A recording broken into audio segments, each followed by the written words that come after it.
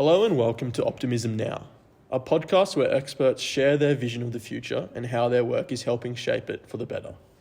Hey everyone, I'm your host, Panos Morianis. Well, climate change may be at the back of many people's minds at the moment, but its effects and challenges continue to pose very real threats to humanity.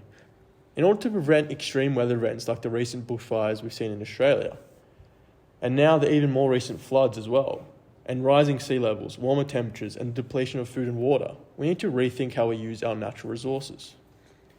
Additionally, it's no lie that in today's world we see disadvantaged men, women, and children as a result of conflict or impoverished nation states who do not have access to essential services that are necessary for quality of life. So today we're talking about sustainable and humanitarian engineering. Sustainable engineering is exactly what it sounds like. It's about making engineering more sustainable and figuring out how we can use our economic, environmental, and social resources more efficiently into the future. Humanitarian engineering is the application of engineering to disadvantaged, marginalised, and vulnerable communities to improve quality of life and support empowerment. It provides a connection between engineering and development, placing human well-being at the centre of engineering practice. To discuss this topic with me today is Dr. Jeremy Smith. Jeremy holds a Doctor of Philosophy and has been a teacher and researcher at the ANU College of Engineering and Computer Science for 23 years. He has also worked as an engineer with automotive giants Ford and aviation trailblazers Lockheed Martin, specifically working on the F-35 Joint Strike Fighter project. To quote an article from Kex, Jeremy believed engineering will play a key role in solving the world's biggest and wicked problems. Well, thanks so much for coming in today. Thank you for the invitation. Jeremy, sustainable and humanitarian engineering combined sounds like the ideal solution to a lot of humanity's problems at the moment. But are you able to expand on what exactly these fields of engineering are?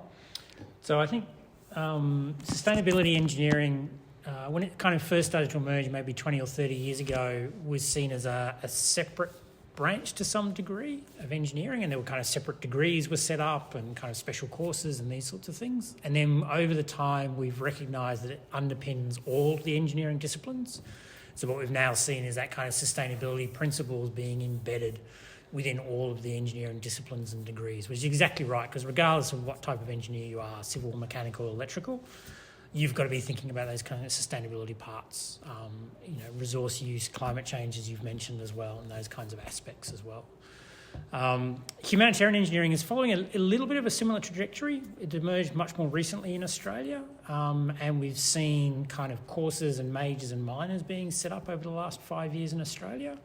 But again, there's another kind of focus that really maybe that should be incorporated in all engineering as well, because all engineering again should be thinking about that kind of very human impact and how is engineering and technology, as you mentioned, kind of improving quality of life for everyone, not just necessarily those who've requested a technology or piece of engineering or those who can afford it, because we've seen through climate change the impacts of one piece of engineering and technology are felt much beyond that as well. Yeah. Well, I'd like to introduce you to my work that I did over the semester. For my major project, I found that we're focusing on the end-of-life instructions for many consumers, and most of them aren't up to scratch and not meeting Australasian standards. So we took it upon ourselves to email those big companies to demand better end-of-life instructions, and we had a Facebook page with many followers telling them to send emails to companies that they find not suitable. We had a template and everything ready for them, and we had videos marketing our plight, I guess. And one of the many major case studies I did was on SpaceX and Abundant Waters, CWFs. And both studies incorporated sustainability and humanitarian into their engineering design. And the other companies that weren't doing so were seen to be the ones that didn't have end-of-life instructions. Although these ones weren't specifically about end-of-life, it was showing the positivity of recycling and sustainability in engineering today. Thus, these findings led me to wonder about the future of engineering and how it's changing the world, because it's clear to see that incorporating these ideas into the engineering scope is beneficial for both the consumer and the producer. So from my learnings in the project, it's also valid to say that some major organisations and companies aren't realising the consequences of not incorporating sustainable and humanitarian systems. So Jeremy, with this in mind, is now the time for organisations to stop focusing on profit margins and to start placing the environment as a key stakeholder for their product? And should global legislation be implemented to support this? I would certainly say so, probably more from from both an engineering and a private citizen point of view. I've got no real kind of legal background or economic background, so I don't understand those elements of them. Looking slightly externally, it looks like many of the kind of costs involved in that kind of end of life are excluded as well. So there's a kind of, from a company's point of view, it's once it's sold to a consumer, then there's kind of no responsibility that necessarily goes with that. I have seen some work, and I don't know if you found it as well, around automotive end of life and kind of standards and legislation that was introduced in Europe earlier this century, which moved that onus back onto the manufacturers. So that once you got to the end of a life of a car, it was the responsibility of the manufacturer to kind of then disassemble and reuse. And that completely shifted the way they were designing the cars as well, and really put that front of mind. You have to be very careful in these circumstances as well, because one of the other outcomes from that, and there was some ANU engineering research that looked at this, at the same time that was introduced, the exports of cars, used cars from Europe to Africa, where the legislation didn't apply, went up dramatically. So I think this is why that kind of global aspect that you've mentioned is critical. Otherwise, you can just kind of keep shifting the burden from one place to another place. That was a key element in our project, was changing the burden from the consumer to the producer, which a lot of it is on the consumer at the moment. I do think there's certainly an element of the consumer in terms of what you decide to purchase and where you decided to put your funds as well. So I think the consumer also needs to be aware of their role in those elements and that kind of system as well. That's very true. One of the first climate reports that was done on climate change noted that 70% of solutions that were required to solve climate change in the future required engineering system to provide these solutions. So engineers are really at the heart of this issue. Still keeping our past discussion in mind, can you tell me about some of the sustainable and humanitarian engineering projects you're working on now? Before you start, for my research, you are a secondary investigator in partnering with local communities in regional Australia to increase resilience from flood events, and you are also the primary investigator for the point of use water security in Timor-Leste.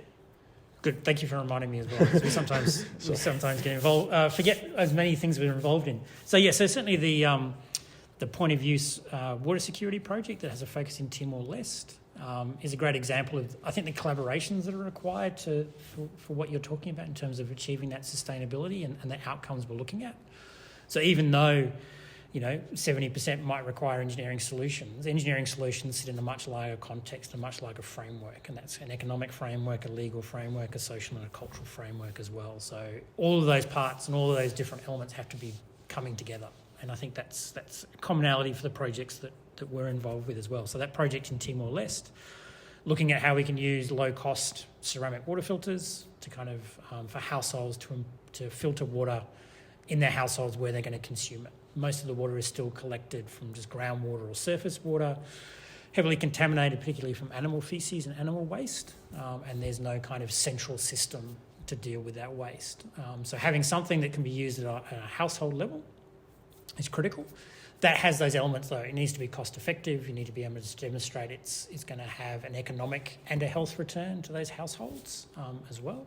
And in that case, that can also be from, we're using a mechanical filtration to kind of filter the water out and capture the particles in the ceramic water filter. That might be replacing boiling of water. So boiling of water might be cheap in the short term, but there's often very much significant health impacts from that as well. So boiling often on kind of open fires almost, or what are called three-stone fires. So there's a lot of smoke, usually indoors, and then it's usually women and children who are doing that as well. So it disproportionately impacts on women and children's health. So the project there, we're working with Engineers Without Borders Australia, who are doing some technology development around different sizes of filters. Abundant Water, who are then looking at the technology, but then critically the social network and the vendor networks to kind of support and run hygiene awareness that goes around those. And then our role at the ANU as a research organisation is to look at some of the long-term monitoring and evaluation of that, and kind of how can we demonstrate the benefits of these to both funding agencies but also to those households. Yeah. One of the other projects that we're looking at in Australia is around nature-based solutions for flooding. So this really comes back to some of those sustainability principles as well. So traditionally, we've relied on what are called hard infrastructure, levees, dams, causeways, to reduce down floods and really try and control water. As we've now seen from the impacts of climate change that we're starting to see, as you highlighted this year, those kind of heavy rainfall events are probably going to get more common. And a lot of the infrastructure that we've put in is undersized now for the risks that we have and the risks that are going to increase from both inland flooding, but also you mentioned sea level rise. Okay. So that's looking at really kind of nature-based solutions. So that could be revegetation, it could be making room for the river, it could be using what are called paleo channels, which have been in the landscape previously, looking at returning native revegetation as well and ecosystems to really try and kind of not necessarily remove the floods, but slow the flow of water down and try and kind of bank and absorb as much of the water as possible during that flood event as well. Clearly, they have a lot of what we call co-benefits as well. So any of those projects are going to also improve our ecosystem health. Yeah. And we've seen that diversity and biodiversity loss is really significant, and that's very much required for a healthy ecosystem. Okay. Other benefits as well about often developing green space for communities, often about kind of tourism opportunities or kind of, if you're interested in fishing or agriculture, those kinds of opportunities as well. So it's looking at much more our systems and see where are they not just helping in one area, but where are they potentially helping in multiple areas as well to really improve that resilience. Okay. Well, this leads me to the question of, is sustainable engineering expensive? And noting on a global perspective that sustainable and humanitarian engineering, where these practices are often thought of, to be only affordable in wealthy, developed countries? Or is it something that countries all around the world can attempt? Specifically noting developing countries who require humanitarian engineering practices in order to achieve standard of living increases. So there's obviously a number of different ways that we can measure sustainability. So kind of cost effective, as I say, if we're not considering the full range of the costs, then that's part of the issue as well. So if we don't consider that cost at end of life, and that's not just disassemble or recycling, but those kind of environmental costs that for many materials will go on for decades or centuries even. Yeah. So on the one hand, it's making sure we've got an effective way of actually capturing all of those costs. There are certainly lots of examples, though, that investing smaller amounts of money upstream will save you money downstream as well. And that's really that kind of critical part of that systems engineering thinking, is trying to optimise and think about our entire life cycle, not just the design of the product, but its operation as well. And the opportunities for doing that are in those kind of upstream design activities. Thinking about the humanitarian aspect, so in Australia, it's reckoned that out of the money that goes to disaster response, preparedness and rebuilding, 98 to 97% of that cost has actually gone on the rebuilding side. Okay. Only 2 to 3% is spent on the preparedness or the response side. So if we could shift that thinking and potentially invest more funding and more resources in making things more resilient through kind of nature-based solutions or community preparation or community systems, hopefully we're going to be saving some of that money on that response and that rebuilding phase. Right. And those costs are just getting higher and higher and higher as well. Yeah, understood. So for a primary example, we see here in Australia that seawater is being converted through desalination, and it requires a huge amount of investments that developing nations can't afford at the moment.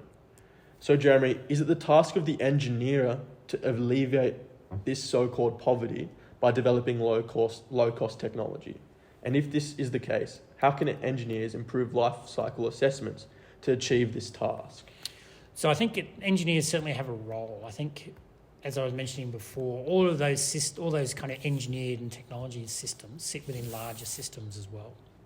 And I think it's through the collaboration of different disciplines, engineering, economics, environmental management, sustainability, as well as kind of that local knowledge and local traditions in a particular context, is the element that's critical to make sure that the capability that's required is presented. So if we need water security, yes, we can do water filtration, desal plants, there's a number of different options.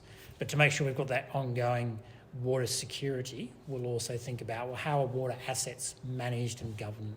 Okay. How do we ensure that there's kind of the water is distributed equitably around a community as well, not just necessarily those who can afford it. So I think the critical part is for engineers to be involved in discussions with all those other aspects as well. I think a kind of a really interesting emerging opportunity in this is the move from large-scale centralised service delivery, from large-scale desal plants or large-scale urban-level water treatment, or similarly with kind of coal-fired power stations, to small-scale distributed networks of systems. Okay. So we've got a decrease in costs occurring and lots of technology development allowing us to kind of develop smaller scale systems that we can then deploy into kind of a networked fashion. It reduces those kind of large-scale infrastructure costs. It allows for much more input from those local communities as well into that kind of technology, how it's going to operate, how it's going to run, how it's going to be governed as well. And it's also starting to be seen that it's got much more resilience. So if we have one large-scale essential service delivery and that goes down, then there's obviously huge effects. And again, as we see impacts from climate change, we'll see more of those. Whereas if we've got a much more kind of distributed network, if one or two goes out, we've still got lots of others in that network as well. So it gives us a lot more kind of local resilience to those kind of shocks that we're going to start getting as well. Okay, thanks for that. So linking into this once more, what are some of the current challenges affecting humanitarian and sustainable engineering that you've seen firsthand? I think there's a number. One is, again, how do we effectively engage with other disciplines involved, and then particularly with kind of local knowledges, local traditions, local histories and local communities as well. So it's recognising that our engineering and technology is one part, but it's an equally important part as all those other aspects as well. Okay. And so how can we effectively collaborate on those kind of larger projects with those other areas as well? And that's the same for all those disciplines. So that's, finding a common language that we can use. We might use model one way and someone else is using model a different way. So how do we kind of find a common language? And again, I think that feeds back into the kind of the education. So how are we then supporting engineers as they're going through their education, their training, their ongoing development to kind of have those tool sets and those skill sets being developed. Yeah. And as an individual who's an aspiring engineer, what are some of the things I can do to take on some of the principles of sustainable and humanitarian engineering? Well, it sounds like this course and the work you've done through this has been great. So kind of reaching out to companies and kind of looking at how are they positioning themselves, both in their marketing sense, but then also actually doing that homework and what does that actually mean, and kind of looking through their visions, their supply chains, who their suppliers are, kind of understanding those. So making yourself much more aware and informed, as not just as a consumer, but as an engineer.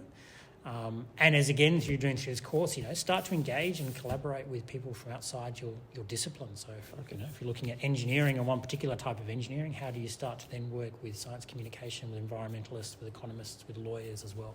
Because I think it's those collaborations that are going to be critical. Okay. To wrap up, America and Australia and Europe have consumed at their current rates the whole planet's resources, to the extent that if China and India wanted to consume at the same rate as we have over the last 50 years, we'd need up to 6 planet Earths.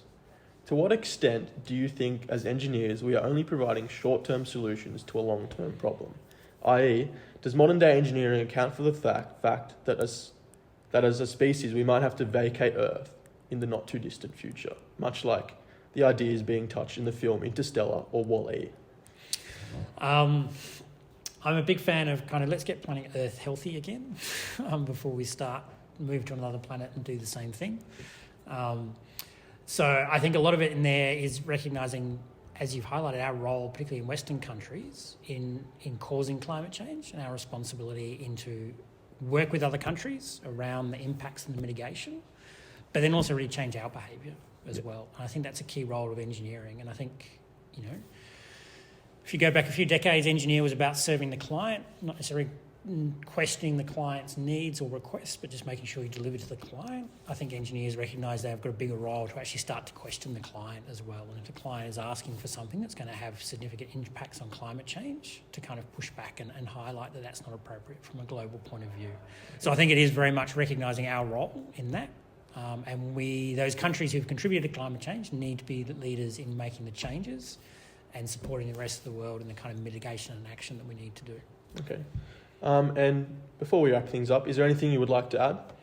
No, I think it's an interesting figure I saw recently, which is a sad figure, if we're thinking about that kind of humanitarian response, is thinking about humanitarian engineering or humanitarian response and climate change and natural disasters don't affect everybody equally. Okay. So there's some figures that have come out, I think, of the UN to highlight that women and children are 14 times more likely to die in a natural disaster than a man.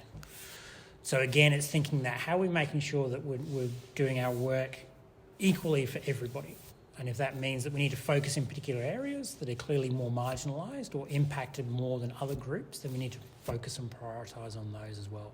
So it's recognising that climate change, humanitarian response, natural disasters don't affect everybody equally. Okay. They disproportionately affect some parts of the community more than others. Okay. Well, thank you for coming on the show, Jeremy. I really appreciate it. You've been listening to Optimism Now, a podcast for the optimistic listener in a changing world.